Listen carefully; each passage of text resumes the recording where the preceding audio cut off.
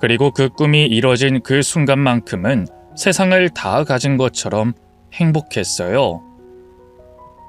가정을 이뤄 그 안에서 충실히 역할을 하면서 배우자를 존중해주는 삶이 최고의 인생이라 생각했죠. 간절하면 이뤄진다고 했던가요? 제가 20대 중반이 될 무렵 저는 운명의 남자를 만나게 됐습니다. 지인의 소개로 만났는데 첫 만남부터 강렬한 인상을 받았고 취향이며 취미며 모든 게 다 잘 맞았어요. 그때 당시에만 해도 그 사람의 집안과 배경이 어떤지 모르고 그 사람 자체만 보고 연애를 시작했는데 어느 날 슬쩍 고백하더라고요. 미리 말하지 못해서 미안하다며 집안 이야기는 예민할 수밖에 없다고 조근조근 설명하기 시작하는데 입이 떡 벌어졌어요. 재벌집 아들이라네요.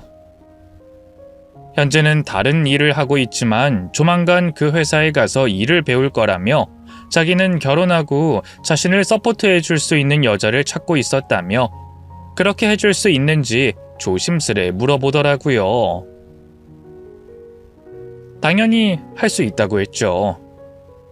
그때는 이런 생각이 들더라고요. 내가 이 남자를 만나기 위해 여태껏 방황하고 외로운 시간을 보냈구나. 내 인생은 이제 4차선 도로처럼 뻥 뚫리겠구나.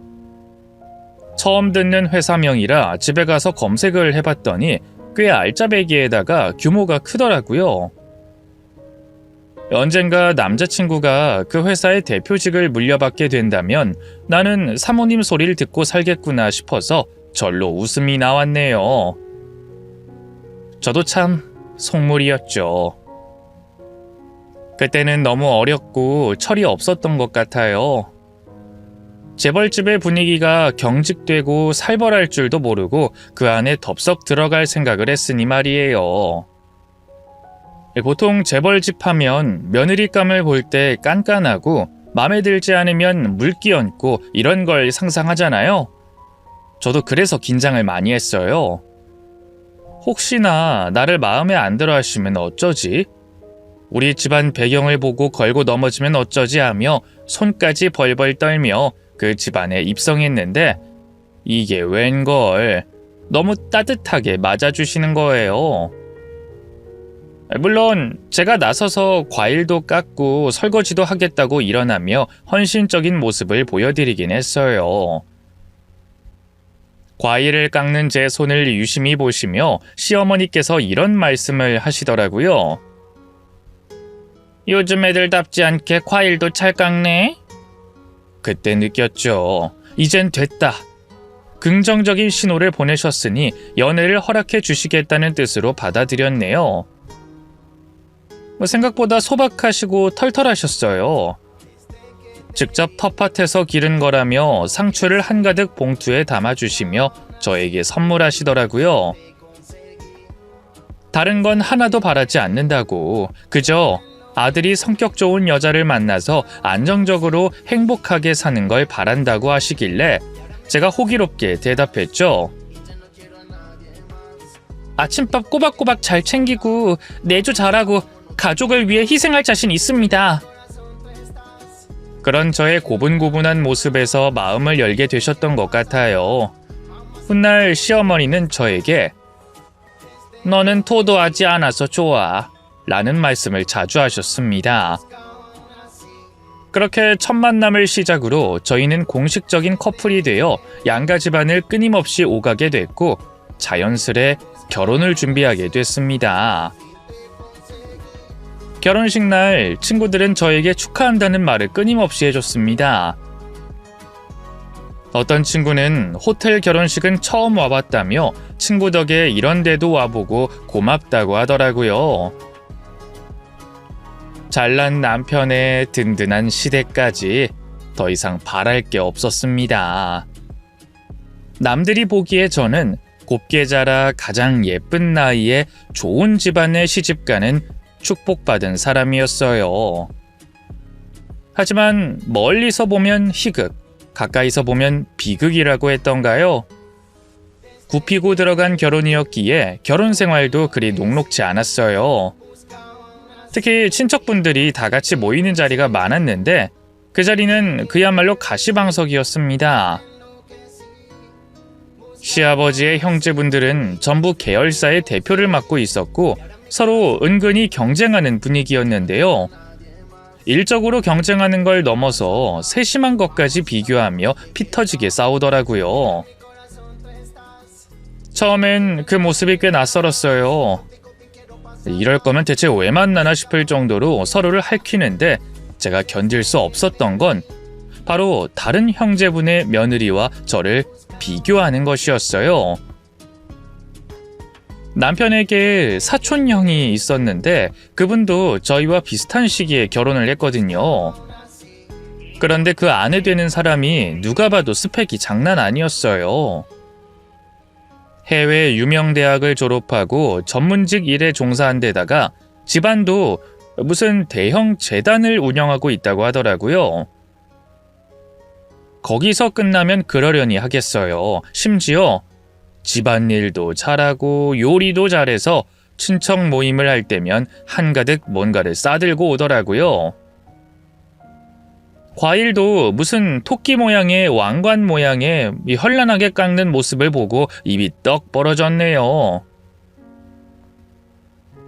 원래라면 형님 동서 사이로 친하게 지내야 하는 게 맞지만 괜히 거리감이 느껴지고 친해질 틈도 없어서 대화는 많이 섞어보진 못했어요.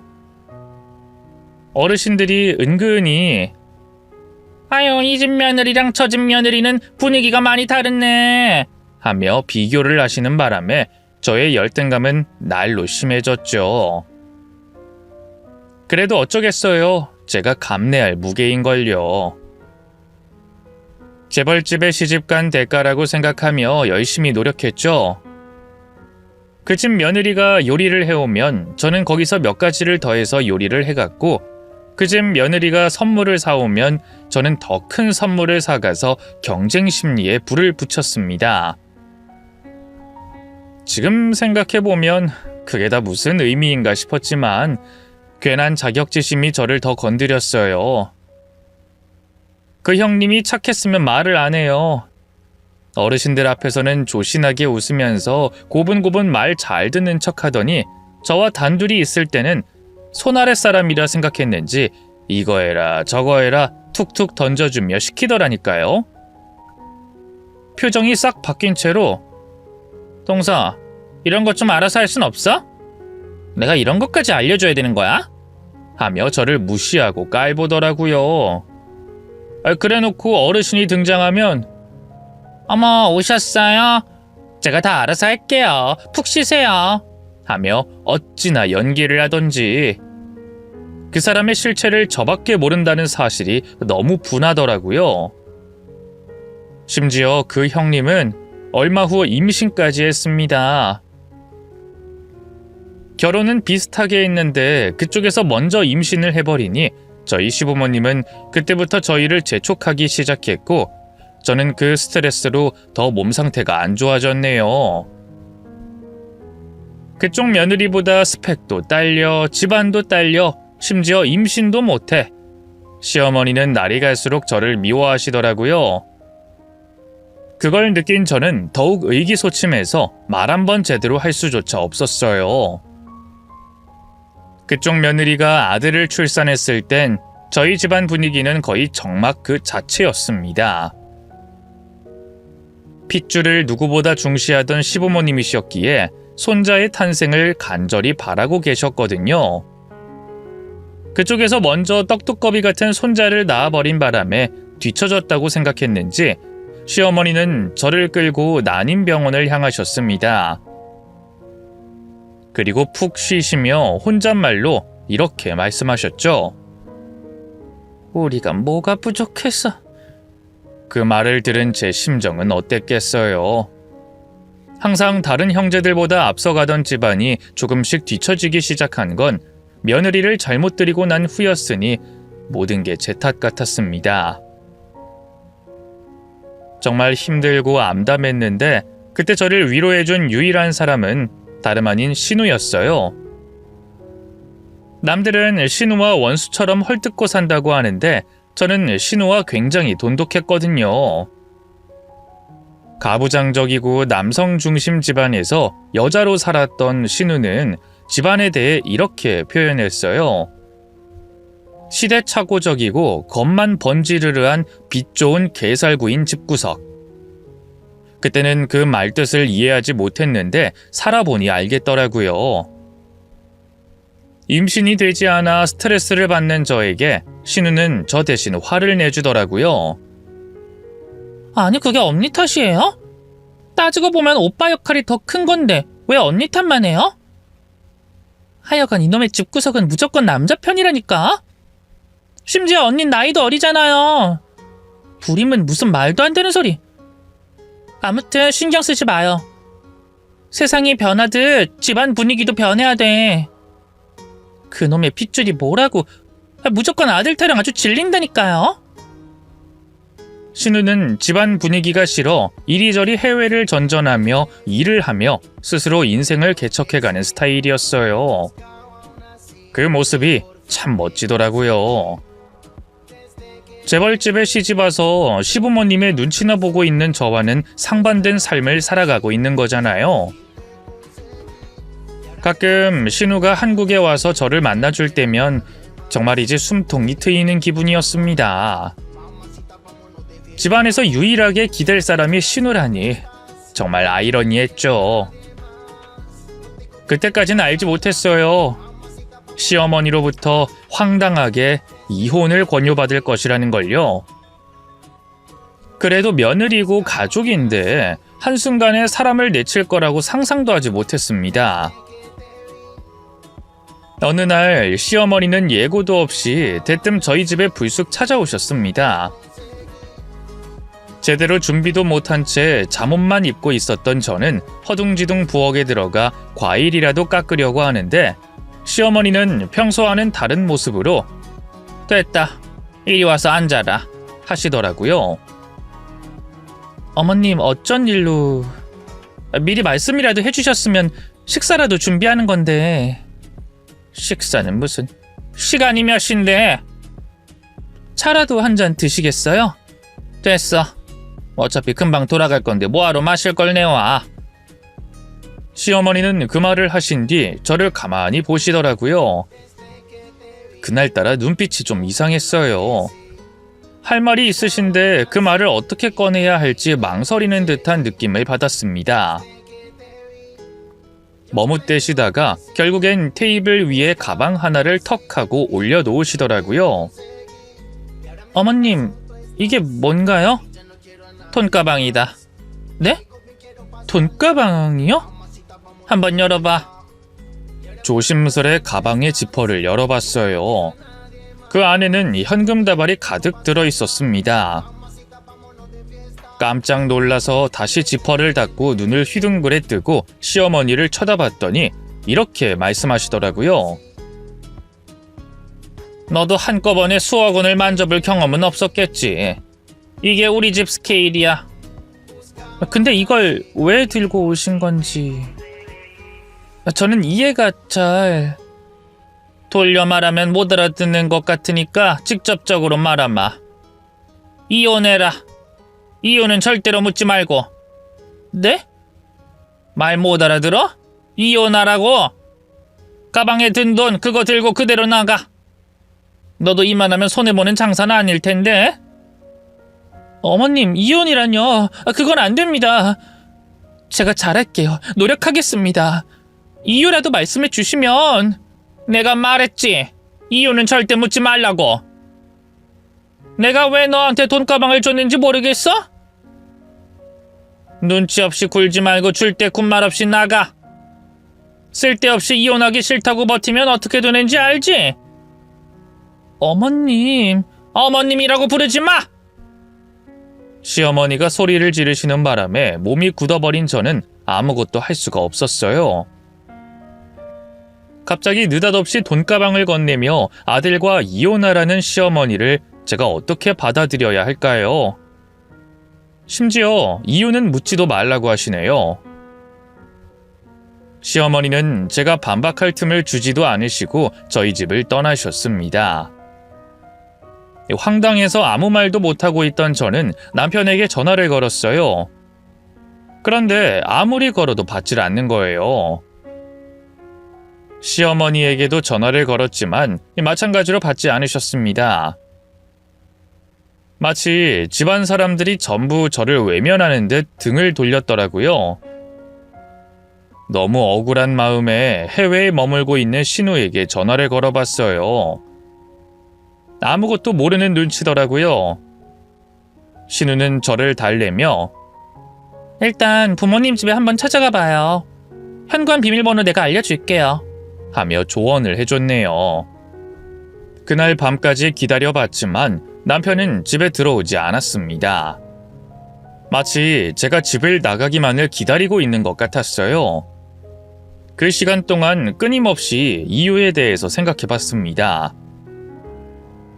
임신이 늦어서일까? 내가 모자란 탓일까? 아니면 우리 집안이 못난 탓일까?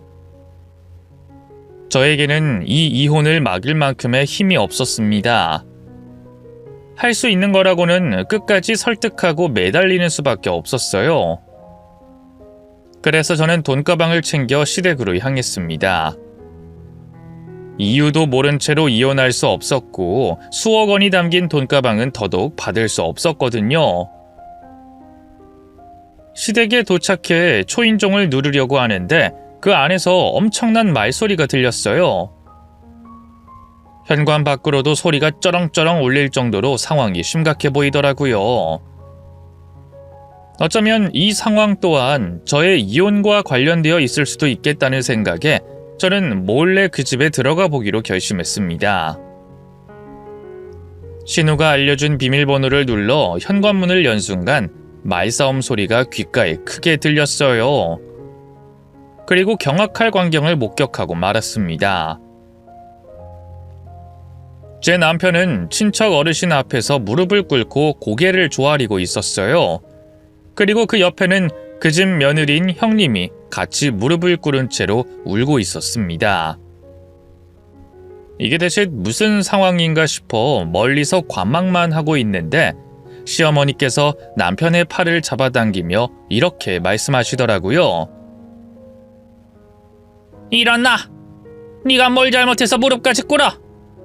막말로 남자가 사회생활 하다 보면 다른 여자가 눈에 들어올 수도 있고 땀만 품을 수도 있고 실수도 할 수 있는 거지. 그리고 마음이 깊어지면 임신시킬 수도 있는 거지. 뭘 그래? 다른 여자? 임신? 이게 다 무슨 소리지 싶어서 벙찐 채로 그 상황을 엿듣고 있는데 그쪽 어르신께서 저희 시어머니에게 삿대질을 하며 고함을 지르시더라고요. 이봐요. 지금 그걸 말이라고 해요? 어떻게 사람 새끼가 사촌 형의 부인을 임신시키냔 말입니다. 이놈 하나 때문에 두 집안이 박살난 거 안 보여요? 우리 아들이 핸드폰 몰래 훔쳐보지 않았더라면 이 사태를 모르고 지나갔을 거 아닙니까? 그럼 우린 남의 씨를 평생 손자랍시고 키웠을 거 아닙니까? 더러운 핏줄이 섞인 줄도 모르고 회사까지 물려줬을 거 생각하면 머리가 찌끈거린다고요. 더러운 핏줄이요? 하, 어이가 없어서 정말. 우리 아들이 왜 더러운 핏줄이에요? 우리도 남의 핏줄 섞이는 거 불쾌하네요. 어쨌든 일이 이렇게 됐으니 집안끼리 해결하자 이 말이에요. 그쪽 입장에서는 남의 애 출산한 며느리 더 이상 가족으로 받아줄 생각 없잖아요. 이혼시켜요. 그럼 되잖아요. 우리가 며느리랑 손자를 데려가겠다 이 말이에요. 그럼 모든 게 깔끔해지잖아요. 우리 집에 얹혀 살던 원래 며느리는 내가 돈가방 건네주고 입단속 시켰으니까 안심하라고요. 지도 양심 있으면 그 돈 받고 감지덕지 해야지. 이게 그렇게 간단하게 해결될 문제입니까? 우리 아들 이혼남 만들고 그쪽은 우리 집 며느리랑 손자 뺏어가면 답니까? 앞으로 가족 모임은 어떻게 하려고? 이게 무슨 개족보란 말입니까? 아이 그럼 어떡해요? 우리도 핏줄이 중요한데.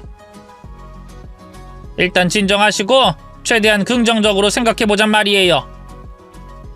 둘이 눈이 맞았고 임신까지 했고 그걸 속이고 출산까지 한 건 잘못했다 이 말이에요. 하지만 낳을 때까지 누구 애인진 몰랐다고 하잖아요. 우리 아들도 얼마 전에 알았대요. 이미 엎어진 물이잖아요. 동네방네 소문낼 필요 있어요? 이건 집안 사이에서 해결할 문제고 일 크게 만드는 거 서로 원하지 않잖아요. 막말로 그쪽 집안 아들이 와이프 불륜으로 버림받았다는 소문 퍼지면 좋겠어요? 우리 쪽도 마찬가지예요. 서로 좋은 방향으로 일을 해결하자는 말이잖아요. 이혼당한 그 집 며느리가 소문이라도 내면 어쩌려고요? 하늘을 손바닥으로 가리면 가려집니까? 걔는 아무것도 모른다니까요. 돈 쥐어줬으니 여차하면 횡령죄로 뒤집어 씌운다고 협박하면 되니까 그건 걱정하지 말아요. 내가 사람 붙여서 미행하는 한이 있더라도 입단속 제대로 할 테니까.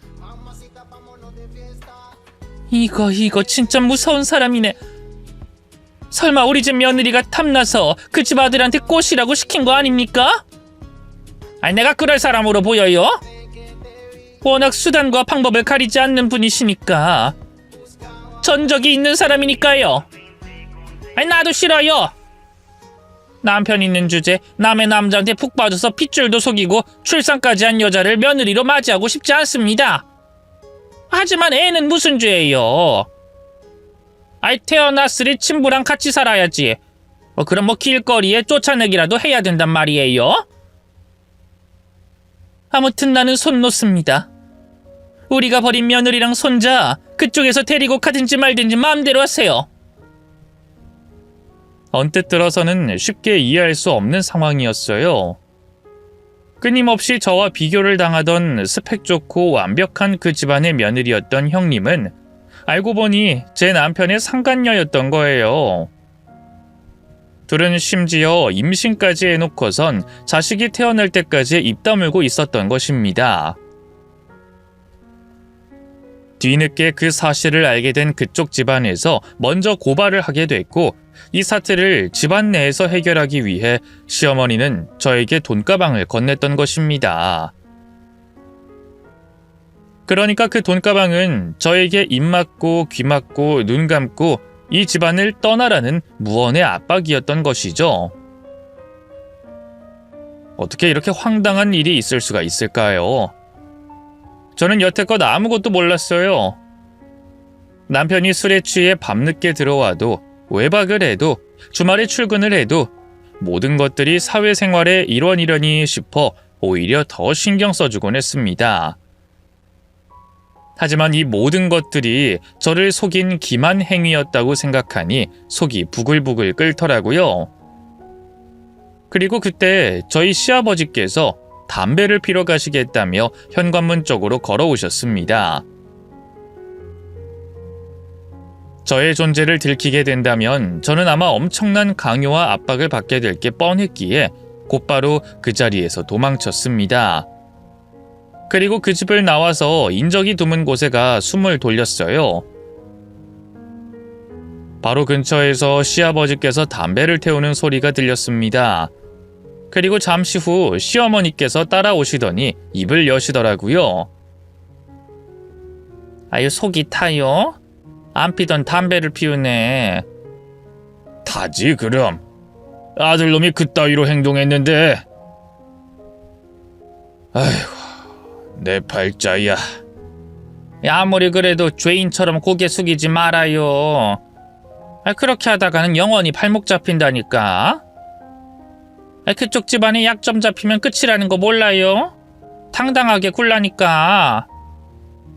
우린 어쨌든 책임을 진 거예요. 솔직히 말해서 우리가 잘못한 게 뭐가 있어. 둘이 사랑한다잖아. 사랑하는 사람끼리 이어주겠다는 게 뭐가 문제예요? 오히려 잘 됐어요. 우리 집 며느리 잘하는 거 하나 없어서 너무 미웠잖아요. 그 집 며느리가 탐난다고 말했던 게 누구더라? 그거야 남의 떡이 커 보일 때 농담식으로 하던 소리지. 이런 식으로 며느리가 바뀔 줄은 몰랐지. 어쨌든 냉정하게 보면 그 애가 훨씬 낫잖아요. 솔직히 우리 며느리 내세울 게 뭐가 있어요? 돈이 많기래, 능력이 좋기래, 머리가 좋기래. 심지어 임신도 안 됐잖아요. 어쨌든 그쪽에서 우리가 그토록 바라던 손자를 단숨에 안겨줬는데 거부할 이유가 뭐가 있어요? 오히려 잘 됐어요. 이참에 다 정리하고 새 출발하면 되죠. 둘이 떳떳하게 만난 건 아니지만 지금 그게 중요해요. 우리 아들 새 출발 잘할 수 있도록 우리가 도와줘야지. 부모가 돼가지고 혼내기만 해서 되겠어요? 안 그래도 죄책감 갖고 무릎까지 꿇은 우리 아들 기죽일 필요 없잖아요. 우리가 원하는 건 대를 잇는 거잖아요. 똑똑한 엄마 밑에서 태어나고 자랐으니 얼마나 훌륭하게 크겠어요. 나는 이 상황이 오히려 잘 된 것 같아요. 그러니까 담배 그만 피우고 올라가서 상황 좀 정리해줘요. 이토록 막장인 집안이 또 있을까요? 가족끼리 불륜을 저지르고 가족끼리 그걸 무마하고 입단속해버린 과정이 치가 떨리도록 증오스러웠습니다. 저는 이 집안의 그냥 소모품이었던 거예요. 남편이 바람을 피우고 애까지 낳았는데 그 사실을 인지하지도 못한 채로 쫓겨나면 그만인 하찮은 존재였습니다. 결국 저는 그 집안에 들어가 충격적인 사실만 알게 된 채로 집에 돌아와 한없이 오열하고 말았습니다. 하마터면 아무것도 모른 채로 버림받을 뻔했잖아요. 제가 그 사실을 알게 된 것도 모른 채 남편과 시어머니는 아주 뻔뻔하게 이혼을 진행시키더라고요. 며칠 만에 남편이 집에 돌아온 날 저에게 묻더라고요. 엄마한테 얘기 들었지? 뭘? 이혼하게 된 거 말이야. 나더러 이유도 알지 못한 채로 그냥 이혼 서류에 도장 찍으라고? 이런 법이 세상에 어딨어? 성격 차이야. 난 예전부터 느끼고 있었는데 넌 아무것도 모르고 있었단 말이야? 성격 차이? 웃기고 있네. 집에 들어온 적이 있어야 성격이 맞는지 안 맞는지 알지? 아무튼 유감이야. 그래도 부부였는데 갑자기 이렇게 돼버려서 나도 미안하게 생각해. 나를 너무 원망하진 않았으면 좋겠어. 어떻게 원망을 안 해? 내 인생 이렇게 망가뜨려 놓고 미안하다는 말만 툭 내던지면 다야? 엄마가 돈가방 줬다며. 솔직히 우리가 여기서 뭘 더 어떻게 해야 하는데. 그래, 뭐 솔직히 말할게. 나 이 결혼생활 지긋지긋했어. 결혼하자마자 이건 아니구나 느꼈어. 하지만 꼭 참고 살아온 건 그래도 우리가 노력하면 잘 될 수 있을 거라 생각했기 때문이야. 하지만 아니더라. 안 맞는 사람은 평생 안 맞는 거더라. 우리 서로 괜한 노력하지 말고 여기서 갈라서자. 이유가 알고 싶다고 했지? 나 너한테 질렸어. 그게 이유야. 더 이상 어떤 이유가 필요해? 사람 마음이 영원하란 법은 없잖아. 난 행복하길 원해. 너랑 같이 있으면 숨이 턱턱 막힌다고. 당신도 내가 많이 부족하다고 느낀 거지? 그래서 그런 거지? 그래. 어쩌면 우린 애초에 결혼하면 안 되는 사이였을지도 몰라. 우리 서로 각자에 맞는 생활하면서 행복하게 살자. 한때 사랑했던 사람이었으니 유종의 미를 거두고 싶어.